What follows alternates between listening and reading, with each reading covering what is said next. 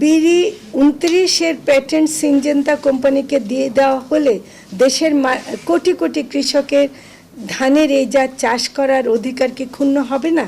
এই ধান বহুজাতিক কোম্পানিকে দেয়া হলো কেন?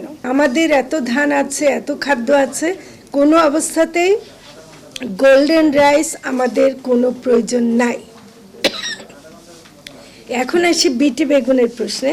অন্যদিকে বাংলাদেশে 2013 সালে বিটি বেগুনের অনুমোদন না দেওয়ার জন্য ইন্টারন্যাশনালি 10 জন বিখ্যাত সায়েন্টিস্ট প্রধানমন্ত্রী শেখ হাসিনার কাছে চিঠি দিয়ে তারা যুক্তি তুলে ধরেছিল, কিন্তু সেই ব্যাপারে কোনো সাড়া বাংলাদেশ সরকার দেয়নি।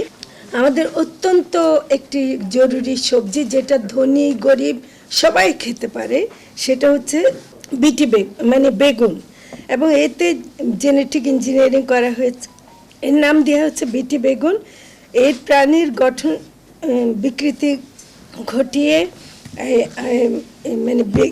ইয়ে করা হয়েছে ব্যাসিলাস থুরিনজেনেসিস, ওইটা মাটির একটা সয়েল ব্যাকটেরিয়া, ওইটা থেকে জিনটাকে নিয়ে ওইটাকে এই জন্য বিটি বলে, ব্যাসিলাস থুরিনজেনেসিস।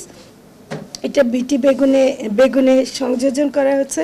উদ্দেশ্য হিসেবে বলা হয়েছে যে বেগুনের ফল ও কাণ্ড ছিদ্রকারী পোকা প্রতিরোধে সক্ষম। এখন ভারতের এইটা কিন্তু আবার 3টা দেশে গবেষণা হয়েছে। ভারতের ফিলিপাইনে ভারতের একটি কোম্পানি, মহারাষ্ট্র হাইব্রিড বীজ কোম্পানি, যেটাতে মনসান্তোর একটা ভাগ আছে, সেটা তারা করেছে। এবং সেই সময় 2005 সাল থেকে তারা কাজটা শুরু করে, তখন তারা এটাকে স্থগিত করে দেয় 2010 সালে, এবং এখনো পর্যন্ত ওখানে সুপ্রিম কোর্টও এটাকে অনির্দিষ্টকালের জন্য এটাকে আর কোনো ছাড়পত্র দেয়নি। তো সেই জন্য আজ পর্যন্ত কিন্তু তারা ওখানে ছাড়পত্র দেয়নি। ভারতের পরে ওরা ফিলিপাইনের চেষ্টা করছিল, কিন্তু ফিলিপাইনের সুপ্রিম কোর্টও বলছে যে এটা মানুষের যে সাংবিধানিক অধিকার আছে যে তাদের নিরাপদ খাদ্য পাওয়ার, সেটাতে ক্ষুণ্ণ করবে। ফলে ফিলিপাইনও তারা এটা কোনো পায়নি, কারণ ফিলিপাইনে গ্রিন পিস তখন এটা আপত্তি জানিয়েছিল। সেটা ছিল 2013 সাল। আপনাদের মনে আছে যে 2013 সালে বাংলাদেশের রাজনৈতিকভাবে খুবই একটা চলছিল। ওই সময় তারা সুযোগটা নিয়ে, যে একটা সরকার এরকম একটা অবস্থা আছে, তখন তারা এটা করে কি, যে বাংলাদেশে এটা অনুমোদনের জন্য খুব তড়িঘড়ি করে তারা করে। সেই সময় আমরা আপত্তি করেছিলাম, এমনকি বাংলাদেশে কোর্ট কেস পর্যন্ত হয়েছিল, সেটাকে তারা বাতিল করে দিয়ে অক্টোবর মাসে খুব তাড়াতাড়ি তারা এটাকে অনুমোদন দিয়ে দেয়। এবং অনুমোদন দেওয়ার পরে 2013 সালেরই অক্টোবর মাসে দিয়ে দেয়। এবং সেটা রিজওয়ানাও জানেন যে কত তাড়াতাড়ি তারা অনেক এত বস্তায় বস্তায় যে ডকুমেন্ট দেওয়া হয়েছিল, তারা 1 সপ্তাহ সময় নেয়নি সেটা অনুমোদন দেওয়ার আগে পড়ার জন্য। এবং যেটা বাংলাদেশের 9টি স্থানীয় জাতের বেগুনে, যেগুলো বাংলাদেশের যেমন যশোর, পাবনা, জামালপুর, এরকম বিভিন্ন জেলায় হয়, এরকম জাতের বেগুনের উপর করেছে। এবং যে 4টি জাত তারা অবমুক্ত করেছে, অনুমোদন নিয়েছে, সেগুলো হলো উত্তরা, কাজলা, নয়নতারা এবং বাড়ি বিগন ঈশ্বরদী 006। এটাকে তারা নাম দিয়েছে বিটি বেগুন 1, 2, 3, 4। অর্থাৎ আমাদের যে এই যে এত সুন্দর সুন্দর নামগুলো ছিল, সেটাকে তারা সংখ্যায় নিয়ে আসছে। তারপর তারা নির্বাচন হলো 2014 সালের জানুয়ারি মাসে, এবং সেই বছরই জানুয়ারি মাস থেকেই তারা বেগুনের বীজ বিতরণ শুরু করলো। এবং বীজ বিতরণ করার পর থেকে তারা এখনও দিয়ে যাচ্ছে। প্রথমে 20 জনকে দিচ্ছিল, এখন দিয়ে যাচ্ছে বাংলাদেশ কৃষি সম্প্রসারণ বিভাগ থেকে। কিন্তু উবিনিক যে গবেষণাগুলো করেছে মাঠ পর্যায়ে, আমরা সব জায়গায় দেখছি যে এইটা কৃষকরা নিতে চায় না, কারণ এটা ঠিকমতো ফলন হয় না। এটাতে একটা হয়তো পোকা লাগছে না, কিন্তু পাতায় পোকা লাগছে, পাতা কুকড়ে যাচ্ছে, ফল হচ্ছে না। এগুলো করছে না। কিন্তু সবচেয়ে মারাত্মক বিষয় হলো যে এটা অনুমোদন দেওয়ার সময় পরিবেশ মন্ত্রণালয় 7টা শর্ত দিয়েছিল।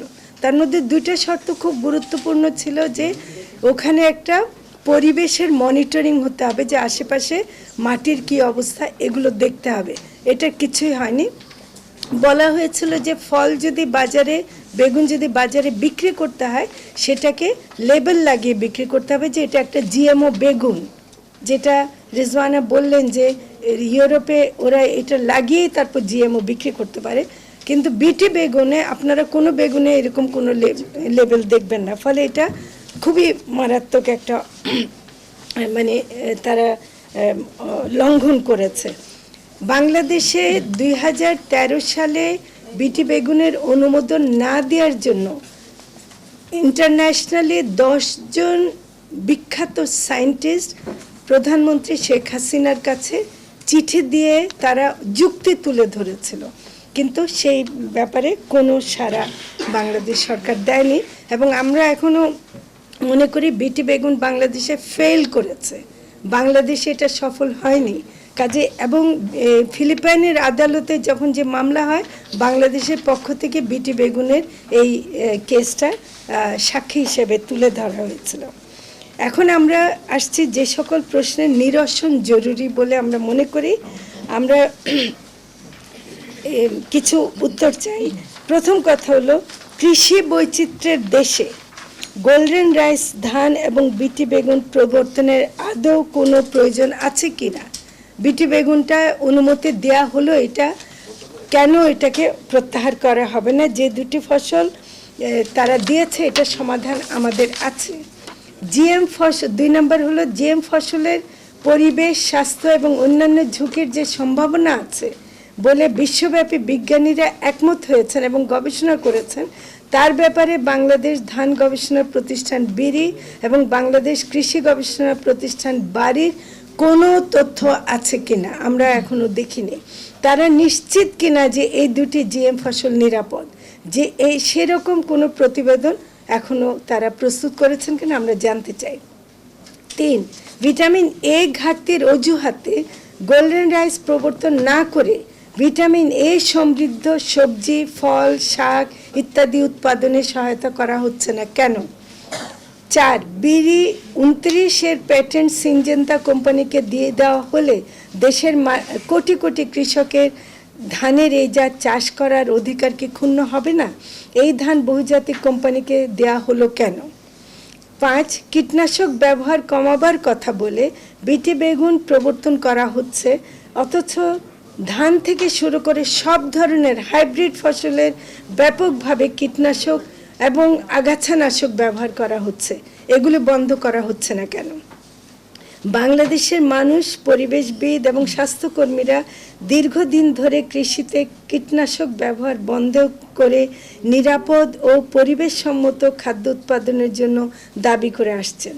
বর্তমানে অসংক্রামক রোগ অত্যন্ত বেড়ে গেছে এবং সকল মৃত্যুর 67% শুধু এই অসংক্রামক রোগের কারণে হচ্ছে, যার মধ্যে ক্যান্সার, যেটা বিশেষ করে কীটনাশকের কারণে হয় অন্যতম, এবং খাদ্যের কারণে হয়, এটা অন্যতম প্রধান রোগ। পরিসংখ্যানে দেখা গেছে প্রতি বছর ক্যান্সারের নতুন রোগীর সংখ্যা প্রায় 2 থেকে 3 লাখ করে বাড়ছে। জিএমও আরও নতুন স্বাস্থ্য ঝুঁকি তৈরি করবে, যেগুলো আমরা এখনো জানি না যে কত খারাপ হতে পারে, যা কৃষক এবং ভোক্তা উভয়ের জন্য ঝুঁকিপূর্ণ। আমরা আশা করছি পরিবেশ মন্ত্রণালয়ের জাতীয় বায়োসেফটি কমিটি এইসব বিষয়গুলো ভালোভাবে পরখ করবেন। পরিবেশ মন্ত্রী হিসেবে দায়িত্ব পেয়েছেন জনাব সাবির হোসেন চৌধুরী, যিনি পরিবেশ বিষয়ে যথেষ্ট সংবেদনশীল বলে আমরা জানি। তার কাছ থেকে বাংলাদেশের জন্য ক্ষতিকর কোনো কিছু আমরা আশা করি না। তাছাড়া স্বাস্থ্য মন্ত্রণালয়, কৃষি মন্ত্রণালয় সহ সকল সংশ্লিষ্ট মন্ত্রণালয় বিভাগের কাছে বিষয়গুলো নিয়ে সঠিক সিদ্ধান্ত নেওয়ার আহ্বান জানাচ্ছি।